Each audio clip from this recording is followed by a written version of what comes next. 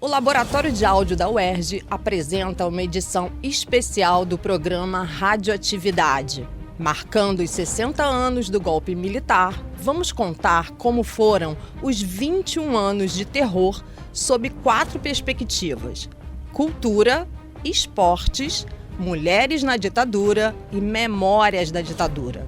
O programa é feito por alunos da Faculdade de Comunicação Social da UERJ, que neste primeiro episódio te convidam a ouvir como a cultura do Brasil foi afetada durante este período.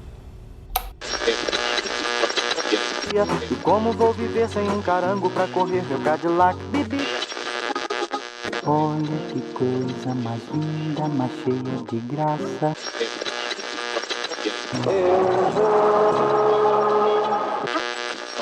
O que será que vive nas ideias desses amantes que cantam os poetas mais delirantes, que juram os profetas embriagados, está na romaria dos mutilados. Atenção, ouvintes da Radioatividade. Começa agora o programa do Audiolab, onde a notícia que ressoa é a verdade que ecoa. Hoje, dia 1º de abril de 1964, saímos dos muros da UERJ e vamos a Brasília. Os militares se concentram na capital. Repito, os militares acabam de aplicar o golpe em Jango. Acionamos o repórter Johnny Chavão, que nos conta de Brasília como isso afeta a cultura nacional.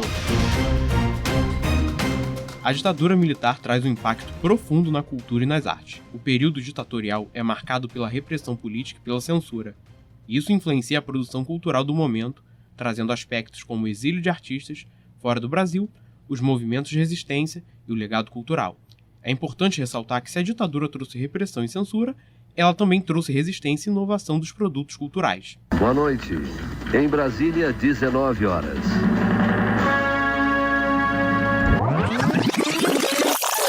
Antes de falar sobre a ditadura, é preciso voltar um pouquinho na história.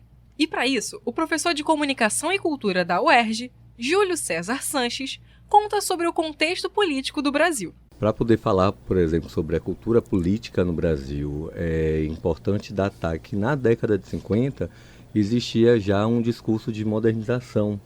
Modernização essa, por exemplo, que foi capitaneada, por exemplo, pelo Kubitschek, com a ideia, né, da construção de Brasília, e Brasília vai surgir na década de 60, e também uma lógica de modernização que buscava, sobretudo, se separar um tanto daquela imagem que foi construída na era Vargas, né? Que a gente pode também pensar que era uma era ditatorial. Mas não estava rolando a Guerra Fria enquanto isso acontecia? Como ela influenciou no golpe? A Guerra Fria foi a disputa política e ideológica entre os dois vencedores da Segunda Guerra Mundial, Estados Unidos e União Soviética. Capitalistas e comunistas buscando exercer seu poder sobre outras nações através da influência ideológica ou intervenção militar. A América Latina foi palco desse embate pela hegemonia mundial, principalmente em Cuba, onde a influência comunista prevaleceu. Já no Brasil, o governo de João Goulart, o Jango, o último governo civil antes do golpe, ficou marcado por uma política externa independente e pela aproximação com a União Soviética, através de políticas ligadas à esquerda. E não podemos deixar de mencionar a derrubada de Jango. Mas espera aí, quem é Jango? João Belchior Marques de Goulart, conhecido popularmente como Jango, foi o 24º presidente da história do Brasil. Ah, o comunista? Ele não era exatamente comunista. Ele tinha uma aproximação com a classe trabalhadora, estabeleceu o aumento do salário mínimo, além de tentar promover uma reforma agrária e buscou uma aproximação com a União Soviética. Bacana. Mas como esse cara entrou na história? Jango era um advogado filiado ao Partido Trabalhista Brasileiro, que havia sido ministro do Trabalho, Indústria e Comércio durante o governo de Getúlio Vargas. Ele também foi eleito vice-presidente do governo de Jânio Quadros em 1961. Varre, varre, varre, varre, varre, varre, vassourinha. Varre, varre a bandalheira. O povo já está cansado de sofrer. Esse camarada aí mesmo, que ainda em 1961 assumiria a presidência da República com a renúncia de Jânio Quadros. Logo, Jango atraiu a atenção do povo com as chamadas reformas de bases, que foi um pacote de reestruturação que atingia diversos setores da sociedade, sendo a principal delas a reforma agrária. Eu lembro de ter visto isso aí em algum lugar. Jango tinha o apoio do público da época, não era? Ele, inclusive, fez um comício na Central do Brasil, que contou com a presença de 200 mil pessoas. Aí então, o trabalhador e a sua família sofrida, irá trabalhar para ele, porque até aqui ele trabalha para os donos da terra que ele aluga, ou para os donos da terra que ele entrega sua produção. Xiii, não pode falar de reformar o campo, que a galera do agro não fica nem um pouco feliz com isso. Mas aí, beleza. O que isso tem a ver com a derrubada de João Goulart? E mais ainda, o que isso tem a ver com a cultura, que é o tema do nosso episódio? Vamos por partes. Com a derrubada do Jango, tem tudo a ver. O comício da Central foi o estopim para que muitos setores da sociedade se revoltassem com os rumos que o governo dele estava tomando. Deixa eu adivinhar, isso incomodou as elites e os conservadores, né? Exatamente. A Marcha da Família com Deus pela Liberdade foi uma série de manifestações públicas de grupos conservadores, anticomunistas ligados às elites e à classe média, contrários às reformas de base propostas pelo então presidente da República.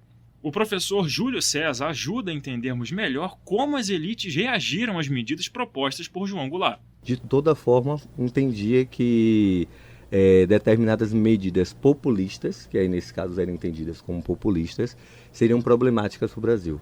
Logo, a ideia era tentar então afastar o presidente da República, no caso ali era o Jango, tentar fazer com que ele se afastasse necessariamente, né, do poder, para que a partir daí uma nova forma de cultura política pudesse tomar conta. E aí essa nova forma é uma nova forma, obviamente, aqui pensada a partir do início do período ditatorial no Brasil. Já em relação à cultura, a chegada dos militares ao poder mudou não só o comportamento, mas também a forma de se fazer e pensar a arte no país. E o professor da Faculdade de História da UERJ, Carlos Eduardo Pinto, chega para explicar mais sobre esse contexto da cultura na pré-ditadura e na parte inicial do regime. É muita coisa acontecendo em todas as áreas da cultura que a gente possa imaginar, em termos de cinema, teatro, literatura, música, pintura, uma diversidade imensa, e na maior parte das vezes esses movimentos eram atravessados por uma politização bastante explícita. É um momento da história da arte brasileira, da cultura brasileira, em que a política anda de mãos dadas com a arte. Havia a crença de que a arte era capaz de mudar a sociedade, havia projetos revolucionários que estavam embasando diversos desses movimentos artísticos. A arte era um instrumento político e ela poderia efetivamente servir para revolucionar, para chegar à revolução. E a arte também não pode ser vista de maneira uniforme, até porque ela possui diferentes níveis. E o professor Carlos Eduardo também fala um pouco sobre os seus diversos aspectos a partir de uma politização praticamente explícita. É claro que a gente vai ter diversos níveis de ideias revolucionárias, né? Havia aqueles movimentos que pensavam de forma mais pragmática e a arte deveria ser apenas um instrumento que servisse à politização e que levasse as pessoas a tomar consciência da sua situação política e as convencesse a lutar por uma mudança que chegaria a uma revolução. E outros movimentos já acreditavam que não, que a revolução só seria possível, ela só seria alcançada se houvesse também uma revolução estética. Nesse caso, a arte não é pensada apenas como instrumentalização, mas como ela mesma o objeto da revolução. Esse momento pré-golpe trazia receio e apreensão para a população brasileira. O medo de uma nova onda política, talvez um pouco extremada, seja à direita ou à esquerda, deixava os brasileiros um tanto quanto atônitos. Nesse sentido, o professor Júlio César comenta um pouco sobre esses assombros. A década de 60 e esse prelúdio do que seria o início da ditadura militar vai marcar também um determinado lugar que era de um assombro em relação ao comunismo. Então, determinadas medidas que eram pensadas, por exemplo, no caso como a ideia da uma possível reforma agrária, era algo que assombravam as elites brasileiras. E essas elites brasileiras, de alguma forma, estavam alinhadas com uma ideia extremamente conservadora. Atenção, Brasil! Atenção, Brasil! Atenção, Minas Gerais!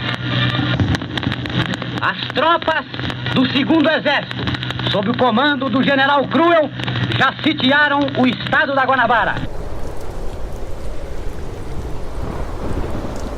Na noite chuvosa de 31 de março, militares comandados pelo general Olímpio Mourão marcharam de Juiz de Fora até o estado da Guanabara. Era a deposição do Jango.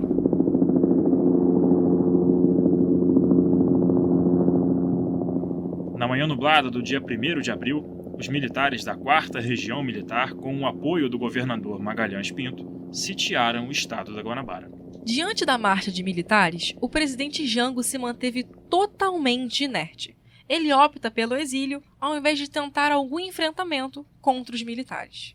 Com a saída de Jango do país, o senador Auro de Moura Andrade, presidente do Senado na época, declara vaga a presidência da República. Atenção! O senhor presidente da República deixou a sede do governo. Deixou a nação acéfala. Sob a nossa responsabilidade, a população do Brasil, o povo, a ordem. Assim sendo, declaro vaga a presidência da República.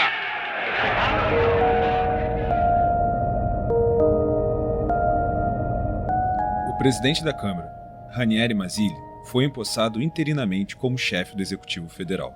Enquanto isso, a junta militar responsável pelo golpe organizava as bases do novo modelo político. E no fatídico dia 15 de abril de 1964, Castelo Branco foi eleito, de maneira indireta, pelo Congresso Nacional, tornando-se o primeiro presidente da ditadura militar brasileira.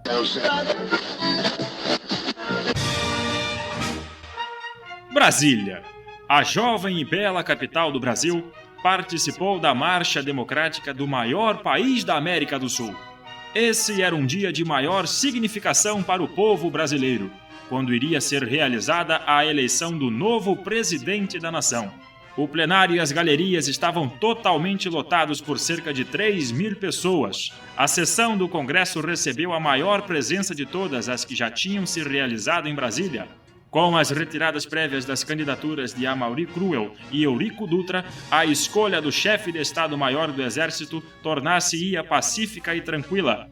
E assim, o Marechal Humberto de Alencar Castelo Branco chegava à presidência. Eu me encontro nesse instante investido das altas funções de Presidente da República e aqui estou colocado pelo voto soberano do Congresso Nacional. Disse o presidente Humberto de Alencar Castelo Branco, após ter recebido do Sr. Ranieri Mazzilli a faixa presidencial. Um governo militar já estava anunciado antes mesmo da posse de Castelo Branco. O Comando Provisório do Brasil, até a eleição indireta, havia criado no dia 9 de abril de 1964 o chamado Ato Institucional de número 1. Os famosos AIs eram decretos emitidos pelo governo à parte da Constituição, mas com o mesmo nível de poder que a Carta Magna. O primeiro deles, esse do dia 9, legitimava a tomada de poder dos militares e permitia que eles suspendessem direitos políticos, além de autorizar a cassação de mandatos legislativos. De 1964 a 1969, foram instituídos mais 16 atos como esse, todos dando plenas concessões ao presidente e permitindo o controle total. Durante o governo de Castelo Branco, os atos institucionais modificaram as eleições, que passaram a ser indiretas em todos os âmbitos. Isso sem contar o fato de que, além de transfigurar a Constituição de 1946, elaboraram uma nova versão de país totalmente pensada a partir da ótica dos militares. E no dia 15 de março de 1967, entra em vigor a 4ª Constituição Brasileira, dessa vez sobre as premissas de um governo autoritário. Medidas como a redução da autonomia individual e a suspensão dos direitos e garantias constitucionais por parte do Estado foram implementadas na Constituição. além de temas relacionados à segurança pública, numa lógica de Guerra Fria, e o aumento dos poderes da União e do presidente da República num contexto de ditadura militar. E a história consegue ficar ainda pior. A partir de agora, o presidente da nação brasileira será escolhido indiretamente. O poder executivo perde seus direitos políticos. Bipartidarismo, Aliança Renovadora Nacional, a Arena, e o Movimento Democrático Brasileiro, o MDB, são os dois únicos partidos legais do país. Governadores e prefeitos também serão eleitos indiretamente. Está restrito o direito de greve. E a pena de morte para qualquer crime contra a segurança nacional entra em vigor em todo o país.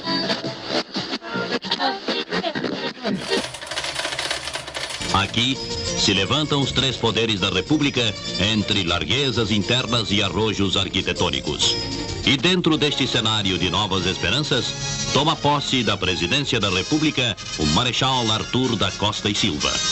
O ato solene transcorrerá no recinto do Congresso Nacional, em cujo pórtico o novo chefe de Estado é recebido por parlamentares do Senado e da Câmara. E foi no dia 15 de março de 1968 que o filho mais velho de Aleixo da Rocha Miranda e Almerinda Mesquita da Costa e Silva se tornou o presidente do Brasil. Arthur da Costa e Silva, o 27º presidente do Brasil e o segundo do obscuro período militar brasileiro. O Marechal Costa e Silva, anteriormente ministro da Guerra no governo de Marechal Castelo Branco, assumiu a cadeira da presidência com promessas de desenvolvimento econômico no seu discurso. Isso porque, de acordo com Costa e Silva, a democracia não pode florescer na pobreza.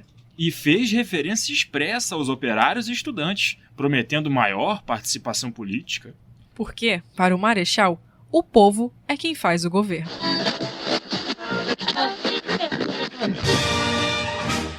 O Marechal Costa e Silva tomou posse às 11 horas da manhã na presidência da República em ato no Congresso. Ao meio-dia, diante de 1.500 pessoas no Palácio do Planalto, recebia a faixa presidencial das mãos do Marechal Castelo Branco. Costa e Silva chega ao cargo depois de uma intensa disputa interna entre os militares. A ala moderada defendia a continuidade do Castelo Branco, por uma questão de normalidade política e porque a presidência deveria ter um papel de moderação. Já a ala linha dura queria mais repressão às atividades políticas que iam contra os militares. Eles alegavam que eram atividades terroristas. Durante aquele ano de 68, ocorreram diversas manifestações por parte de estudantes e trabalhadores que movimentaram o Brasil. O restaurante central dos estudantes, no Calabouço, no centro do Rio de Janeiro, se tornou um local indigesto para os militares. Desde o golpe, quando a União Nacional dos Estudantes, a UNE, foi posta na clandestinidade, o restaurante foi o centro de ebulição da resistência à ditadura. E foi no fatídico dia 28 de março de 1968 que um protesto feito por estudantes contra os altos preços e a qualidade ruim da comida servida terminou com a morte do estudante secundarista Edson Luiz. O jovem foi baleado por um tenente da Polícia Militar. O assassinato gerou uma comoção nacional e o impacto na sociedade da época, como expressa a frase que marcou o evento: mataram um estudante, podia ser o seu filho. O velório e a missa de 7º dia de Edson Luiz foram espaços marcados por protestos e confrontos com a polícia. O objetivo era irromper o silêncio e mostrar a indignação com a ditadura vigente.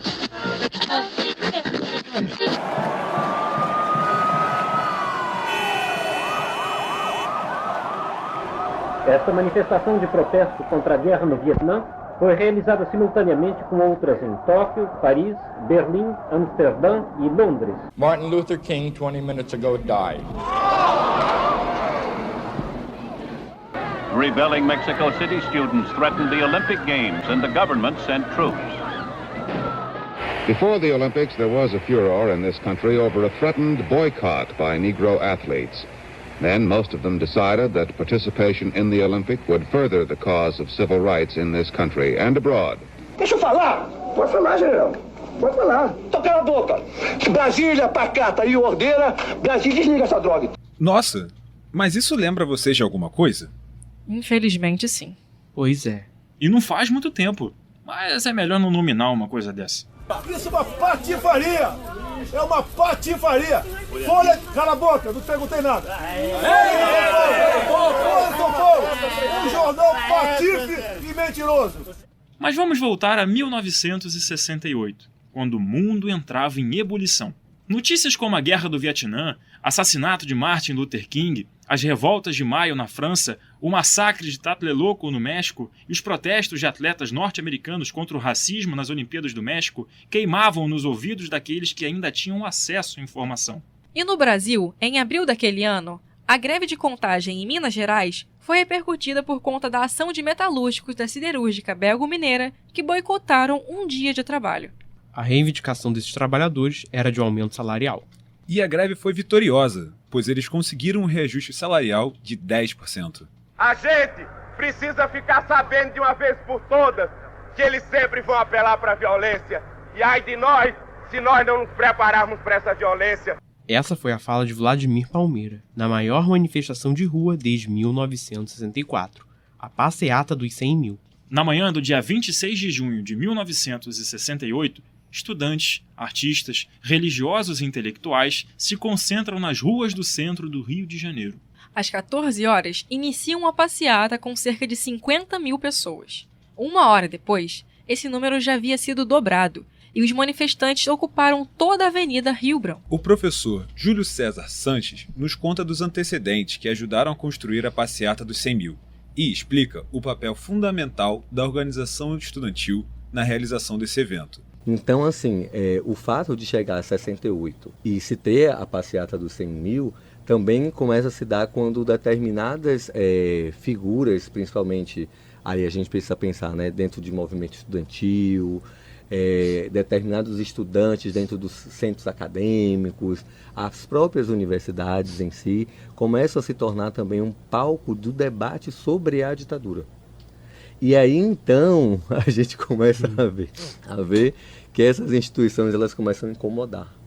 Então, a causa do incômodo vai se dar também por uma coalizão, uma colisão que vai se dar entre artistas, vai se dar com estudantes universitários, professores, intelectuais, e essa colisão vai possibilitar que a Passeata dos 100 mil aconteça. E o ato também evidenciou um conflito nas dinâmicas sociais. Então a gente tem que pensar sempre que nas dinâmicas sociais demonstrar que há um conflito intenso. E esse conflito intenso vai possibilitar que, olha, nós já estamos criticando aqui, então, em 68, né, a ditadura militar. Só que o que acontece é que a potência dessa manifestação, que já marca, por exemplo, né, a existência de determinadas mortes, que já vão se dar, por exemplo, em guerrilhas, já vão se dar também a partir do desaparecimento de determinados estudantes no Rio de Janeiro, em São Paulo, em outras capitais, vai fazer com que então se tenha a percepção por parte da ditadura de que algo precisava ser alterado. E o ano de 1968 também pode ser visto como marcador da existência de uma polarização no Brasil. Então, 68 ele marca de alguma forma também já a existência de uma polarização no Brasil. Ele já marca um lugar, né, da formação de determinados movimentos sociais ali ainda quase que embrionários, mas que vão ganhar força a partir da década de 70. Então é pensar que essa passeata, ela de alguma forma ela foi aceita inicialmente pela ditadura, porque ela não acreditava que poderia congregar tantas pessoas como conseguiram. Então assim, a ditadura não conseguia perceber que de alguma forma nesses primeiros 4 anos já existia então ali, né, o início, né, de movimentos políticos que poderiam de alguma forma fazer uma ampla contestação ao regime ditatorial. Preciso estar atento e forte, não temos tempo de temer a morte. É preciso estar atento e forte, não temos tempo de temer a morte. E os acontecimentos desse ano tão marcante também causaram diversos desdobramentos para a cultura mundial. O professor Carlos Eduardo traz uma contextualização histórica sobre o papel da juventude nesse período. E 68 é outro, sem dúvida, né? Um ano muito marcante, pelo menos para o mundo ocidental, para a história ocidental. e marca a história ocidental de maneiras diversas, né? Eu acho que o 68 da França é um, 68 dos Estados Unidos é outro, 68 do México é outro, do Brasil é outro, da Tchecoslováquia é outro, né? Mas, de todo modo, acho que o que une essa ebulição política, cultural, que acontece em 68 é uma necessidade de mudanças radicais, é uma necessidade de alterações estruturais em cada um desses países, a mobilização da juventude para conseguir essas alterações. Não estou dizendo que só tenha participado dos movimentos de 68 jovens, mas sem dúvida eles são a maioria, né? É um movimento de juventude. Em qualquer um desses contextos que eu enumerei, você sempre vai ter a juventude atuando. Em outubro de 1968, clandestinamente ocorreu o 30º Congresso da UNE, a União Nacional dos Estudantes, que havia sido posta na ilegalidade. O congresso foi feito em Ibiúna, cidade em São Paulo. O fim desse evento terminou com a prisão de José Dirceu, presidente da União Estadual dos Estudantes, de Luiz Travassos, presidente da UNE, de Vladimir Palmeira, que era presidente da União Metropolitana de Estudantes, e de Antônio Guilherme Ribeiro Ribas, presidente da União Paulista de Estudantes Secundários. Alguns foram encaminhados para o DOPS, sendo presos e fichados no DOPS São Paulo, e outros para o Presídio Tiradentes, também na cidade de São Paulo, que já abrigava vários presos políticos.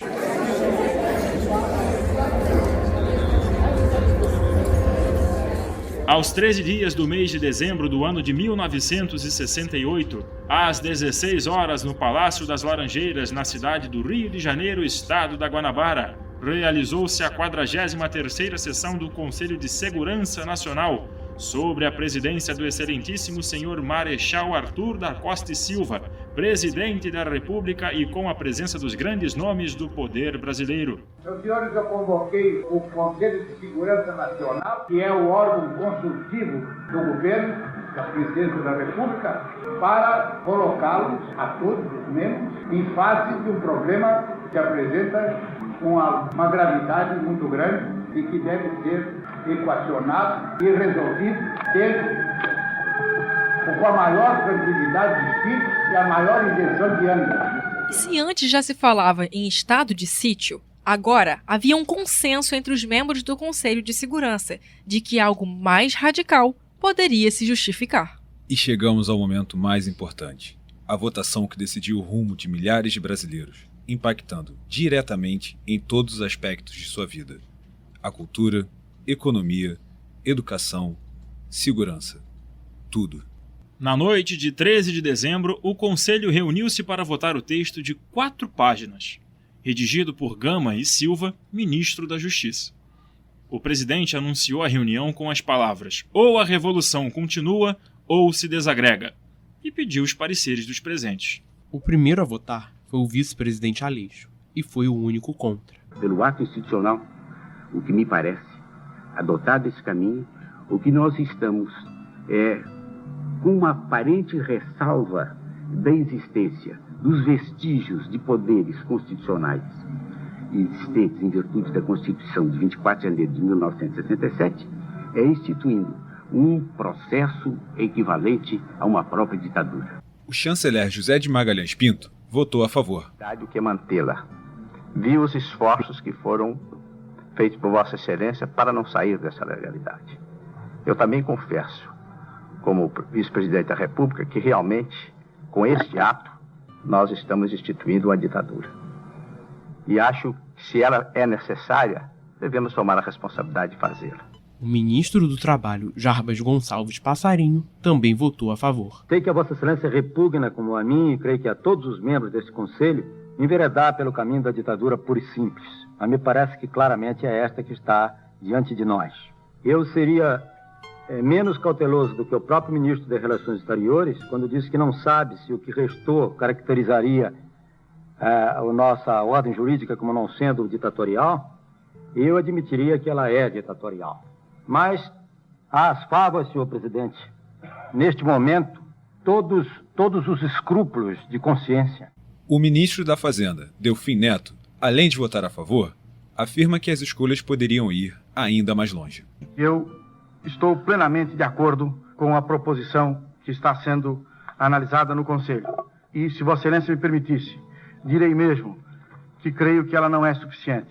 E o ministro Emílio Garrastazu Médici, chefe do Serviço Nacional de Informação, o SNI, também votou a favor. Acredito, senhor presidente, que com a sua formação democrática, foi Vossa Excelência tolerante por demais. E seguindo com os votos favoráveis, Orlando Geisel, chefe do Estado-Maior das Forças Armadas, se posiciona. Se não tomarmos, neste momento, esta medida que está sendo aventada, amanhã vamos apanhar na cara, senhor presidente. E como os votos já anunciavam um prelúdio, estava aprovado o ato institucional de número 5, e o presidente Costa e Silva concluiu a reunião. Eu confesso que é com verdadeira violência aos meus princípios e ideias que adoto uma medida como essa. Mas adoto porque estou convencido que é do interesse do país, é do interesse nacional, que ponhamos um basta à contra-revolução. E assim, entramos na mais obscura fase da ditadura militar brasileira. O ato editado pelo chefe do governo, com o referendo de todo o Ministério, está concebido nos seguintes termos. Artigo 5º. A suspensão dos direitos políticos com base neste ato importa simultaneamente em: primeiro, cessação de privilégio de foro por prerrogativa de função. Segundo, suspensão do direito de votar e de ser votado nas eleições sindicais. Terceiro, proibição de atividades ou manifestação sobre assunto de natureza política. Quarto, aplicação, quando necessária, das seguintes medidas de segurança. A. Liberdade vigiada. B. Proibição de frequentar determinados lugares. C. Domicílio determinado. O mandato do Marechal Costa e Silva foi do dia 15 de março de 1967 ao dia 31 de agosto de 1969. E no dia 30 de outubro de 1969, o general Emílio Garrastazu Médici assume a presidência do país. Transcorre no edifício do Congresso Nacional, em Brasília, a Convenção Nacional da Arena, homologando a candidatura do general Emílio Garrastazu Médici à presidência da República, bem como a do almirante Augusto Rademacher à vice-presidência.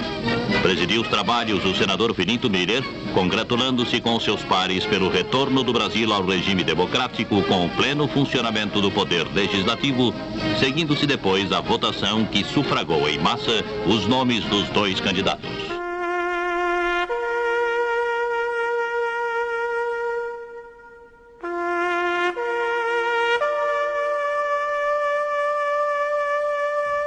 Dez minutos depois de sofrer fulminante ataque cardíaco, o ex-presidente Arthur da Costa e Silva faleceu ontem, dia 17 de dezembro, às 18h40, no Palácio das Laranjeiras, na Guanabara, onde estava recolhido desde que teve uma embolia cerebral, no dia 29 de agosto.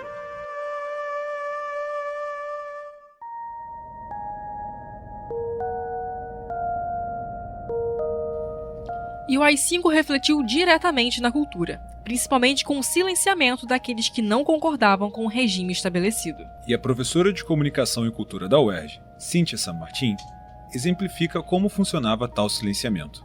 O AI-5 ele proibiu as manifestações, né, que não fossem liberdade, né? Quer dizer, os atos institucionais, uma das questões foi terrível, né? Porque a lei era que o próprio presidente poderia legislar, né? Independente do legislativo. Então, toda a perseguição que foi feita, né, no âmbito cultural, foi de proibir, né? Proibir a existência, proibir, por exemplo, os jornais seguiam existindo, só que os jornais tinham que seguir as regras também pautadas por esse Estado, né? Então, houve aí um silenciamento, né, daqueles que não concordavam com o regime estabelecido, né? E a partir desse silenciamento, a opressão foi de perseguição, de morte. E o teatro também é um grande exemplo. Os teatros, né, como em São Paulo, né? Acontece no Teatro Oficina, foi invadido, né? Foi tudo quebrado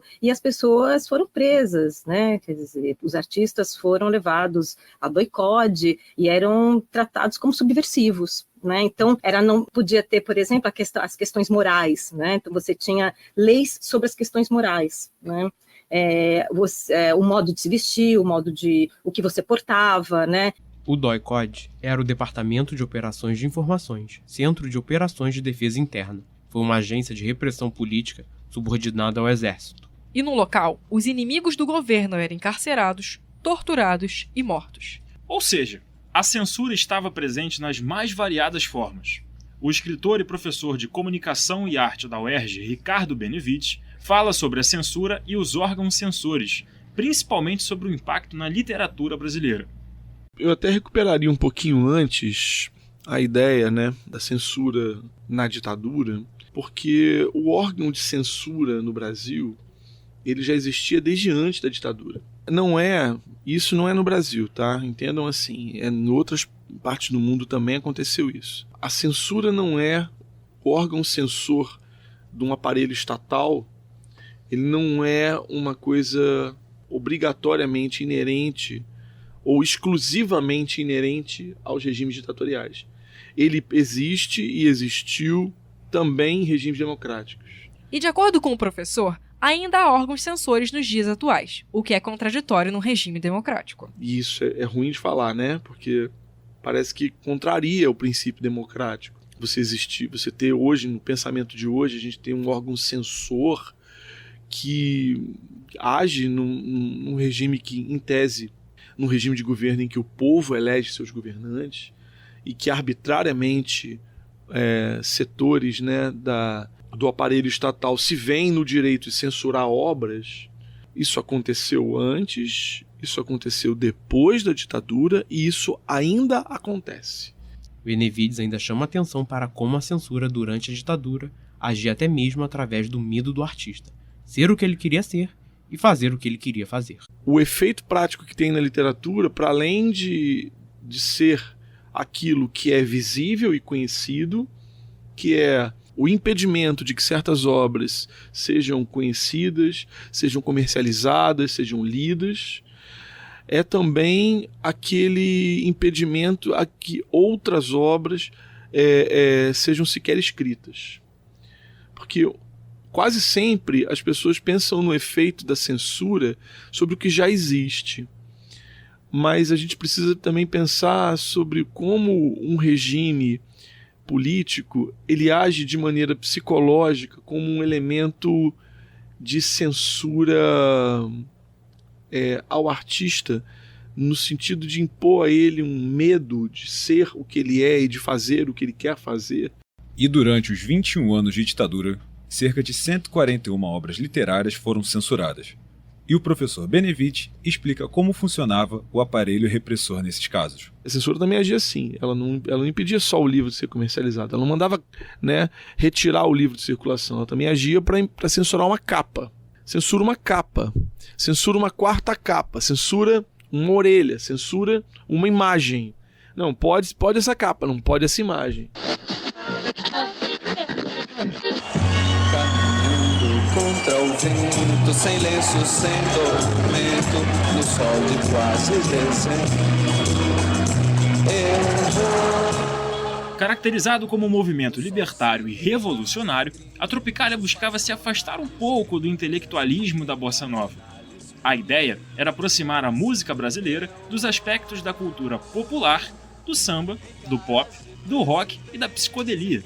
O início do tropicalismo deu-se no 3º Festival de Música Popular Brasileira da TV Record, em 1967, com destaque para as apresentações de Caetano Veloso, com a música Alegria, Alegria, e de Gilberto Gil, com Domingo no Parque. E quem nos conta um pouco mais sobre o movimento tropicalista é o professor Carlos Eduardo. Eu acho que a Tropicália é uma resposta possível para esse desejo de revolução, só que de uma maneira muito diferente daquela que se estava buscando antes de 64. Por quê? A Tropicália aparentemente não é politizada. Por que eu digo aparentemente? Porque se a gente compara tipo de música que era produzido antes de 64, em 64, né, logo no pós-golpe, que é a música engajada, a música politizada, engajada, com a música da Tropicália, parece que na engajada tem política, porque explicitamente se fala de tomar o poder, de fazer greve, do morro descer para o asfalto, enfim, para se apropriar da cidade, se fala de acabar com a pobreza, acabar com a miséria. Então, é um tipo de produção musical em que a sua dimensão política está explícita, ela está na epiderme, ela está na superfície do que nós ouvimos. O professor destaca que a forma dos discursos dos jovens da Tropicália também era diferente do comum e esperado. Um discurso que vai desconstruir o modo de fazer música, vai buscar modos alternativos, não só de fazer música, mas de estar no mundo, né, buscando outras sociabilidades, outros figurinos, outros cabelos, outra forma de se apresentar publicamente. Isso é político, isso é um modo de desafiar a ditadura, né? E é também um modo de tratar de política, porque você está tratando de sociedade de consumo, você está falando, quando o Caetano, por exemplo, fala de Coca-Cola numa das suas letras, ele está falando do consumo da Coca-Cola, né? Do consumo da Coca-Cola, que é um produto estadunidense, que representa o imperialismo estadunidense, mas ele não vai fazer discurso contra o imperialismo estadunidense, né? Ele não vai fazer letra em que isso é tratado explicitamente, mas ele está meio que tirando instantâneos, né, retratos instantâneos da sociedade brasileira naquele momento, que no seu conjunto podem funcionar politicamente. Para Carlos Eduardo, era justamente essa diferença da Tropicália que conferia o sentido político às obras. Parece que é uma construção que não tem nexo, que não tem uma narrativa linear, que não tem um início, meio e fim, que não tem uma temática só. Muitas vezes as canções são produzidas por meio de colagens, né? Colagens de imagens, o Aterro do Flamengo com a Banda de Ipanema, com a Baía de Guanabara, com a Coca-Cola, com o casamento. Parece que nada faz sentido. Parece que não tem nada de político. Mas tudo pode fazer sentido e tudo pode ser muito político. Porque a forma de construção de sentido que se está buscando com a Tropicália é outra. Não é mais esse discurso linear e objetivo que fala da política. E já que estamos falando de música, das suas diversas formas de expressão e protesto, não podemos deixar de falar da censura que as obras sofreram. E o professor Ricardo Benevides traz o estudo espanhol que trata sobre a censura de discos na América do Sul. Tem uma pesquisa muito interessante, eu esqueci o nome do pesquisador, mas eu vi num congresso que eu fui, do qual fui participar com um trabalho, um pesquisador espanhol, se não me engano, investigou a ação da censura nas capas de discos na Argentina, no Uruguai, no Brasil e na Espanha, nos regimes de exceção desses países. E aí ele chega ao final do estudo, é um estudo de doutorado, tem que tentar rever esse trabalho, né, que eu vi ele apresentar no dia do congresso lá em Cascavel, lá no congresso de estudos do rock, foi uma coisa muito interessante que eu fui participar. E aí, era um congresso internacional, e aí esse pesquisador ele falava, né, que quando a gente fala de censura e a capas de disco, que as pessoas têm a sensação de que ela sempre é motivada pelos mesmos critérios, ou seja, que é sempre, porque o regime é de exceção, uma censura de natureza política. E Benevides explica que essa censura atingiu todos os países latinos, inclusive o Brasil. Então, no Brasil, por exemplo, ele vê lá tal obra, tal capa de disco foi censurada porque algum dos elementos remetia ao que o governo militar chamava comunismo. Então, censura por essa razão. Mas aí censura numa época da ditadura. 10 anos depois, ela passa a censurar outras capas, né, de disco, não porque fazem alusão em alguns de seus elementos à estética do comunismo, mas porque eventualmente tem um corpo sexualizado e eles acham que aquilo não pode. Aí é por uma questão moral. Aí depois adiante porque faz algum elemento de alusão a um símbolo religioso. Então tem a censura religiosa numa capa, uma capa inclusive que envolvia era uma capa, se não me engano, de um disco da Madonna, né? E aí você diz assim, mas aí já não existia a ditadura, né? Porque a obra da Madonna é pós-85, a maior parte dela, se não me engano, todos os discos, na verdade. Se não me engano, Madonna grava a partir de 85, né? Você deve notar que não tem mais tutu e dizer que não está preocupado. Você deve lutar pela xepa da feira e dizer que está recompensado. Você deve estampar sempre um ar de alegria. 21 de junho de 1970, o Brasil é tricampeão da Copa do Mundo no México. Você merece, tudo vai bem, tudo legal. Cerveja, samba e amanhã, seu Zé, se acabar em teu carnaval. Hoje é dia de sol em toda a nação. Janeiro de 1973 e o Brasil vive seu maior índice de crescimento econômico na história. Só entre 1968 até este ano o Produto Interno Bruto cresceu em 11,2%. O Brasil segue mantendo um aumento do número de exportações, com um crescimento de 24,4%, considerando o período de 1967 até este ano. É um verdadeiro milagre econômico. Você deve aprender a baixar a cabeça e dizer sempre muito obrigado. São palavras que ainda te deixam dizer por ser homem bem disciplinado. E os anos 70 no Brasil foram mágicos. Tudo ia bem na nação, as pessoas eram felizes e o comportamento condizia com isso. Sem contar que o país vivia seu maior ritmo de crescimento econômico da história, e o governo fazia questão de mostrar isso por todos os cantos para mostrar à nação que era bom viver no Brasil. Com certeza, até porque a gente merece, né? E essa era uma época boa. Pelas ruas, o costume era vestir calças bocas de sino, saltos plataformas e usar aqueles cabelões. Gente, aonde vocês estão vendo felicidade? Não estão vendo que tudo isso é uma farsa? As pessoas estão sendo forçadas a sorrir. O milagre econômico não durou nada. E todos agora tentam buscar a sua liberdade de formas mais sutis, inclusive com a moda. O professor Júlio César relembra os movimentos sociais e ativismos daquela época. Pensar, por exemplo, que enquanto que existia um conservadorismo, não apenas na dimensão política, mas também na perspectiva dos costumes, toda a chegada, então, de uma moda pré-aporté no Brasil faz com que se tenha também uma possibilidade de alteração dos costumes. E essa alteração vai fazer com que, por exemplo, a juventude vá encampando coisas que até então eram entendidas como a parte da própria sociedade brasileira. Eram entendidas como subversivas. Então, perceber ou entender as mulheres jovens, né, de mini saia, de tubinho ou de qualquer outro com vestimentas que eram entendidas como atentatórias à moral e aos bons costumes da família tradicional, eram também dar conta de que existiam lugares de resistência.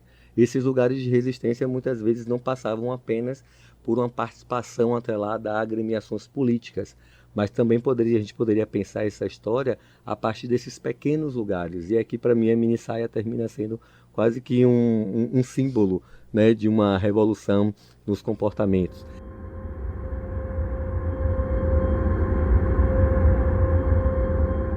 As diferentes formas de contracultura impactavam cada vez mais o comportamento social da época, no modo de se vestir, muito influenciado pelo sucesso do estilo punk rock no mundo, na linguagem com novas gírias e também na opinião acerca do governo militar. A opinião popular se dividia e a insatisfação aumentava após o fim do chamado milagre econômico em 1973. Há alguns pequenos rumores de uma guerra na selva, num território ao norte do país. Perguntas e mais perguntas começam a surgir, e o regime militar ruía aos poucos. E parte do motivo deles entrarem nesse processo de ruína foram chamados movimentos de guerrilha. Ah, sim. Acho que eu já ouvi falar de algum deles. O MR8, né? Teve também a ANL, a VPR. É isso mesmo. Todos esses que você citou foram influenciados não só pelos movimentos sociais que estouraram no Brasil e no mundo, nos períodos em que falamos, como também pela condição política enfrentada no país. Muitos integrantes de partidos, artistas, professores e qualquer um que pensasse diferente do governo era caçado e levado preso. E foram muitos mortos ou desaparecidos. A situação no país era tão extrema que um caso marcante dos movimentos de guerrilha foi o sequestro do embaixador americano Charles Elbrick pelos movimentos do MR8 e do ALN, em troca da libertação de presos políticos. E essa não foi a única situação nos anos de chumbo. Houve muitas outras durante esse período. É verdade. Isso porque grande parte dos movimentos de guerrilha do país ficaram concentrados nas cidades. E por lá não eram tão bem vistos assim. O professor Júlio César explica como o governo usava estratégias comunicacionais para manipular a população sobre a guerrilha. E isso tinha um determinado lugar, principalmente para que os movimentos de guerrilha fossem entendidos como movimentos subversivos. E a dimensão da subversão era assustadora, já que a própria dimensão, como eu já disse anteriormente aqui, né, de que o socialismo desestruturaria a formação cultural brasileira, era então visto como um vilão. Então, todo e qualquer guerrilheiro, de alguma forma, era o que a gente poderia chamar hoje como se fosse um bandido. Então, a ditadura ela conseguiu, de alguma forma, construir uma imagem da guerrilha como algo que tivesse também contrária aos próprios interesses da nação. E Júlio conta que o governo ainda criou uma imagem de herói íntegro que estaria libertando o Brasil da ameaça comunista. A ditadura ela vai principalmente se constituir como uma salvadora. Ela vai dizer de alguma forma ao povo brasileiro que ela está salvando o Brasil do bicho-papão que é o socialismo. Logo, a ditadura ela vai ser entendida então como o ponto de saída, como o caminho a ser seguido. Logo, toda a propaganda dela é uma propaganda ideológica a ponto de se fazer com que qualquer movimento que seja contrário a ela precise ser perseguido. E essa perseguição, de alguma forma, vai fazer com que se construa, então, o lugar da subversão, como já foi dito, e esse lugar de subversão ele vai ganhar diferentes camadas. Camadas, por exemplo, que podem fazer com que atentados que começaram a ser feitos durante o final da década de 60 e início da década de 70 fossem vistos como algo que aterrorizavam as elites brasileiras.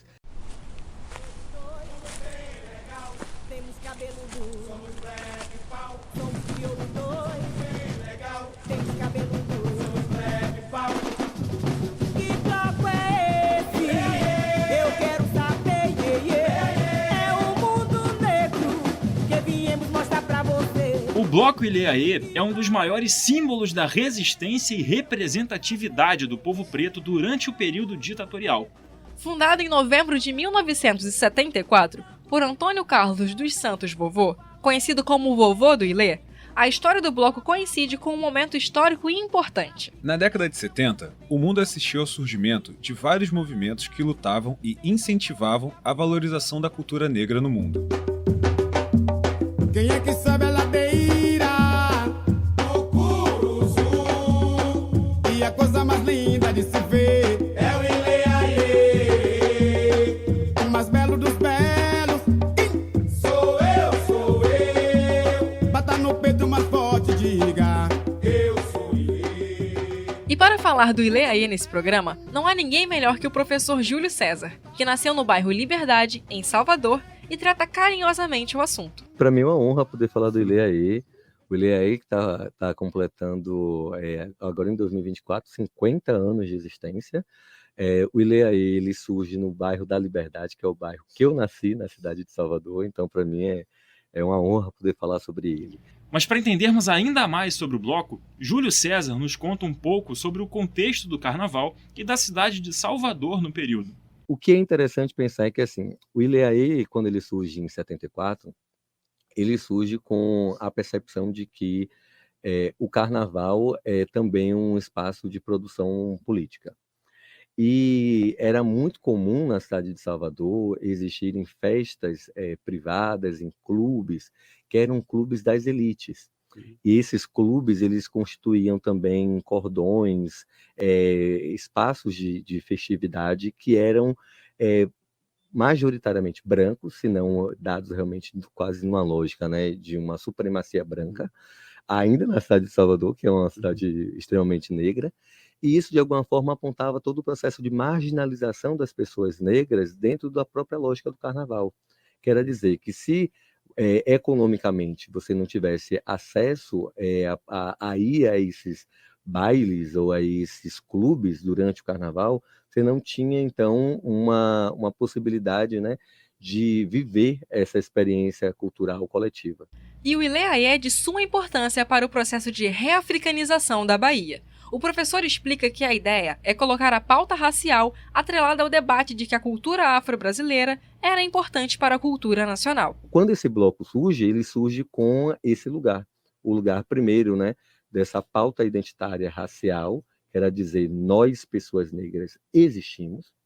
Nós somos belos, que é tanto que é um slogan do Bloco Ilê, que é o mais belos dos belos. E é perceber ou entender que a busca por essa configuração identitária se passava também por uma constituição de uma autoestima, uma constituição de uma representação política que criasse volume, que fosse entendida na dimensão coletiva. Então, o bloco ele vai surgir diante de todo esse aparato. E esse aparato, de alguma forma, ele já causa um determinado escândalo na população soteropolitana e na população brasileira. E a resposta do regime autoritário à criação do Ilê não tardou a chegar. Que era já, de alguma forma, constituir um discurso que era avesso ao bloco, dizendo que o bloco era racista. De que o fato de não terem pessoas brancas, terem somente pessoas negras, já se constituía, então, como um espaço em que a identidade nacional brasileira, por exemplo, não pudesse existir, já que a identidade nacional brasileira ela é calcada na dimensão da mestiçagem. Ela é identificada pela ideia de uma participação branca, indígena, negra, como se não houvessem conflitos raciais na formação cultural do Brasil. E esses conflitos existem. Então, assim, de alguma forma, a existência do Ilê ele cria um ponto de inflexão. Ele demonstra para a própria população brasileira, né, com o seu surgimento, de que existiam muitos dilemas culturais, políticos, identitários que precisavam, então, ser ditos, precisavam ser refletidos ou colocados na cena pública. E Júlio César lembra que o surgimento do Ilê possibilitou que outros blocos negros e afoxés pudessem se formar. A partir do momento que se levantava a bandeira do movimento negro, esse movimento negro, então, ele também já estava ali colocando toda uma crítica ao próprio regime político ditatorial, que era exatamente um regime político que estava atrelado às elites. E se pensar que a população negra, de alguma forma, é a população mais pauperizada do Brasil, é a população que, de alguma forma, sofre de uma forma mais intensa com todos os processos de retirada do Estado, ou até mesmo com a inexistência de políticas no campo da saúde, da educação, da renda, emprego. Então, era um momento de gritar mesmo, né, contra a ditadura e para buscar também um processo de redemocratização do país. E o Ilê vive até os dias atuais. Permanece sendo resistência e representatividade, além de ser história viva dos momentos sombrios do Brasil. Não me pegue, não, me deixa à vontade. Não me pegue, não, me deixa à vontade. Deixa eu curtir o Ilê, já me dá liberdade, como é que diz amor? Deixa eu curtir o Ilê, já me dá liberdade.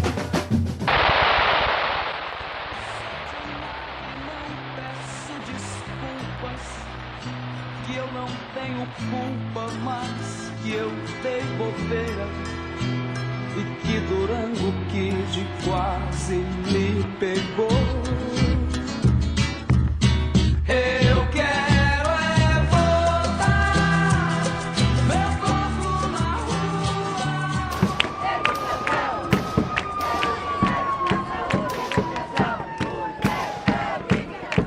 A Radioatividade informa. 21 anos. 21 anos de terror se instauram sobre o Brasil. A nação é militar e não tem mais jeito.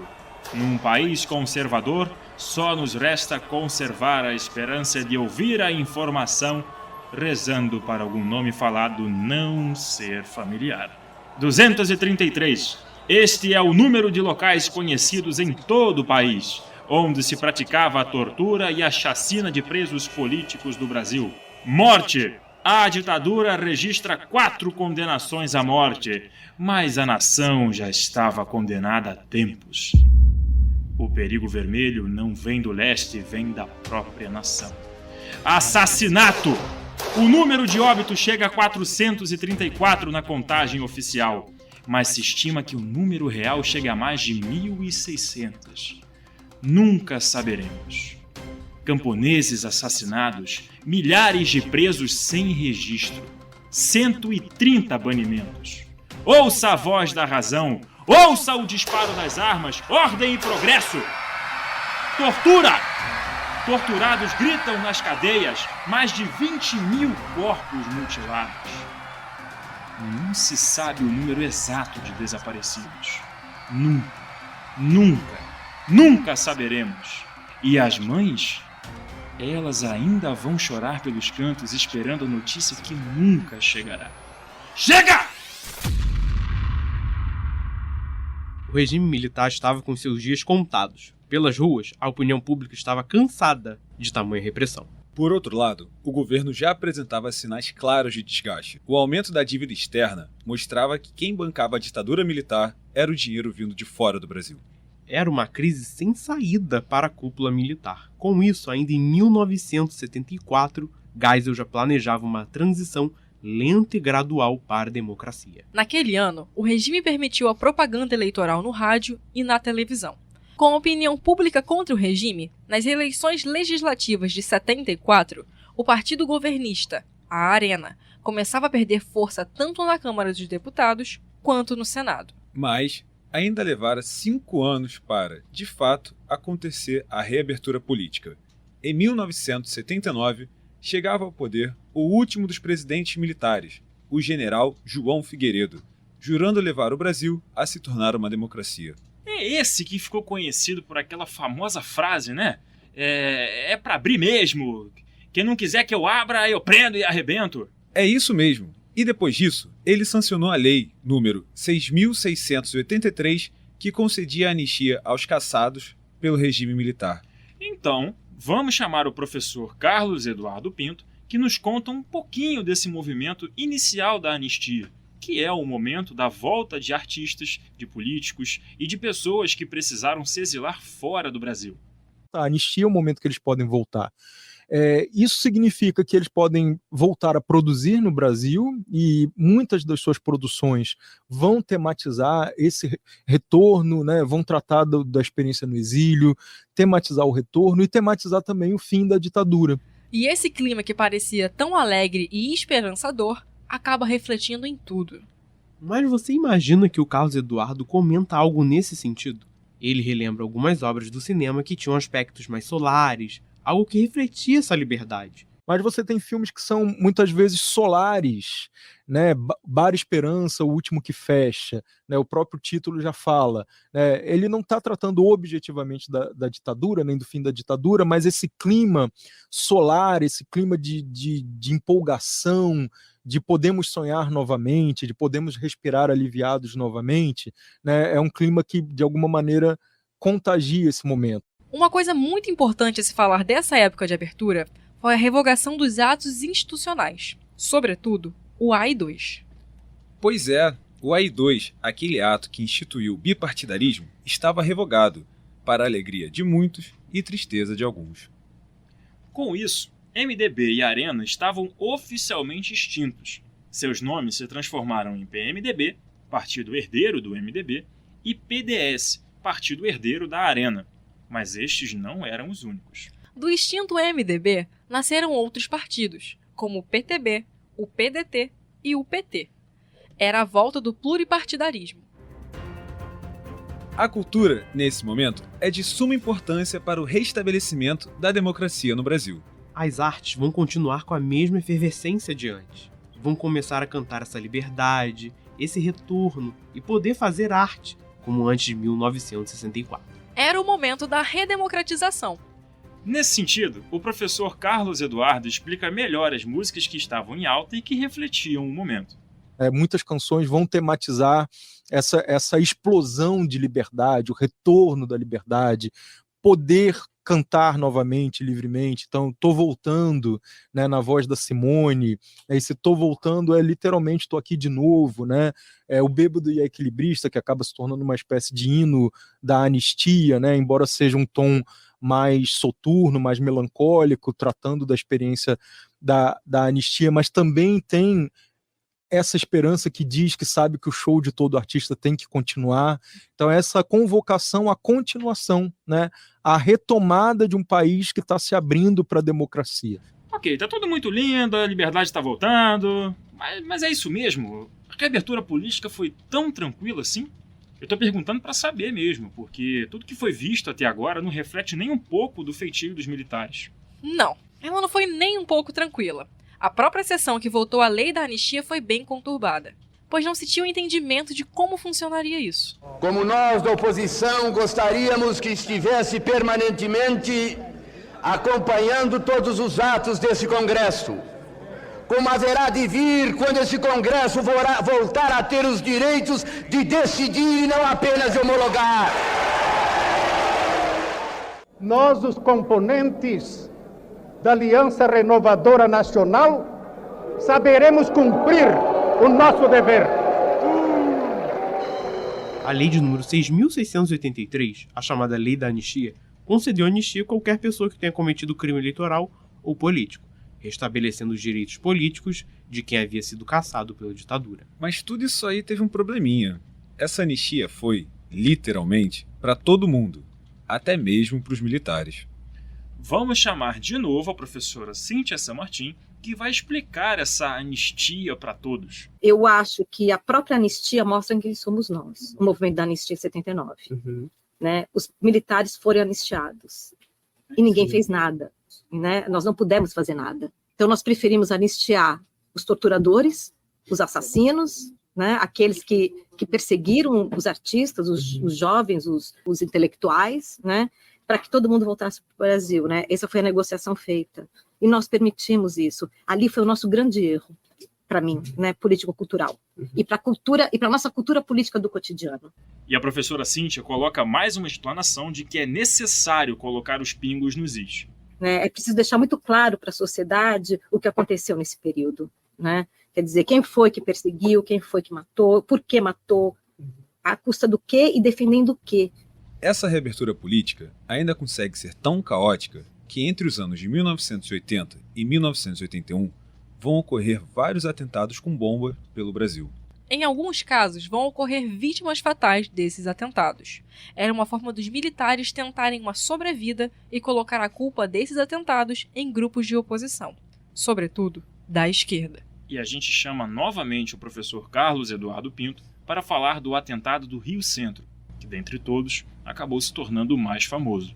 Tem um atentado no Rio Centro em 80, tem um atentado no Rio Centro em 81, né, que é uma reação da extrema-direita contra a abertura, uma tentativa de assustar as pessoas, né, para conseguir um refluxo da abertura, que não dá certo, é uma bomba que acaba explodindo nas mãos dos perpetradores, né, do atentado, mas de todo modo tá posto, né? Poderia ter dado certo, poderia ter matado dezenas, talvez centenas de trabalhadores que estavam reunidos no Rio Centro para a festa do Dia do Trabalho. Mas é importante falar que mesmo com essa faísca de autoritarismo, a reabertura política prosseguiu. Em 1982, a população voltava a eleger governadores dos estados. Com isso, os oposicionistas ao regime militar venceram as eleições nos 3 estados mais fortes do Brasil. Em São Paulo, Franco Montoro, do PMDB, venceu as eleições. No Rio, Leonel Brizola, do PDT. E em Minas, Tancredo Neves, também do PMDB. Era questão de tempo para ter um novo presidente. As ruas clamavam por isso nas manifestações, mais conhecidas como Direta Já. Mas mesmo assim, o Congresso rejeitou a emenda Dante de Oliveira, que permitia a eleição direta, ou seja, escolhida pelo voto popular. E mesmo com a frustração, o colégio eleitoral decidia a escolha de um novo presidente. Era a volta de um civil ao poder desde 1964. Podemos mostrar cosas que quizás ustedes hasta aquí no hayan podido observar con este detalle. Por ejemplo, esse afinador eletrônico. Gente, que som é esse? Vocês estão ouvindo? Eu não faço ideia. Isso é simplesmente a passagem de som do show do Queen aqui no Brasil. No Brasil? Como assim? Pois é. Em 10 de janeiro de 1985, rolou a primeira edição do festival Rock in Rio, que contou com a participação do Queen, AC/DC, Barão Vermelho e muitas outras. Também teve Iron Maiden, Blitz, Scorpions, Rita Lee e vários artistas espetaculares. E para falar sobre o primeiro Rock in Rio da história, ninguém melhor que o professor Ricardo Benevides, que nos conta sobre a importância do festival em meio à reabertura política do país. Ele é revolucionário na medida que ele se torna um evento, o primeiro evento de massa possível na América do Sul a reunir artistas daquele porte. Artistas daquele porte já tinham feito shows no Brasil. As pessoas esquecem que o Queen veio tocar, fez um show histórico em 85 no Rock in Rio aqui, mas o Queen já tinha feito um show em 80 aqui no Morumbi, que tinha sido um show fantástico também.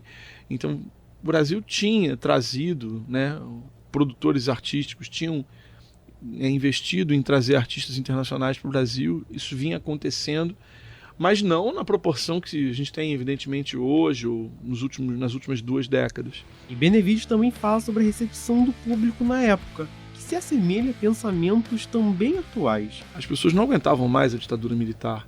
E aí, quando você tem a sinalização de que ela vai acabar, e você tem a possibilidade de um festival de música com artistas tão variados, que não eram só os internacionais, os artistas brasileiros que foram participar desse evento, eles enriqueceram ele barbaramente, deram esse DNA mesmo, né, do que deve ser um festival múltiplo, que inclusive foi muito criticado já na época por uma parte da crítica, da imprensa, que achava que era um absurdo ter gente como Alceu Valença num festival que tinha como rock no nome.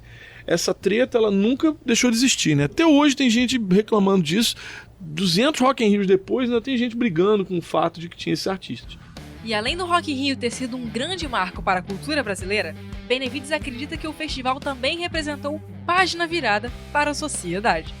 Você tinha artistas que eram de uma dimensão tão imensa para a música, que o fato deles virem ao Brasil trouxe os holofotes para um país de novo, né? Chamou a atenção da imprensa internacional para o país e fez também com que parte das pessoas que estavam aqui vivessem aquele momento como uma coisa muito histórica, mas que também era, na verdade, resultado de um grande ufa, né?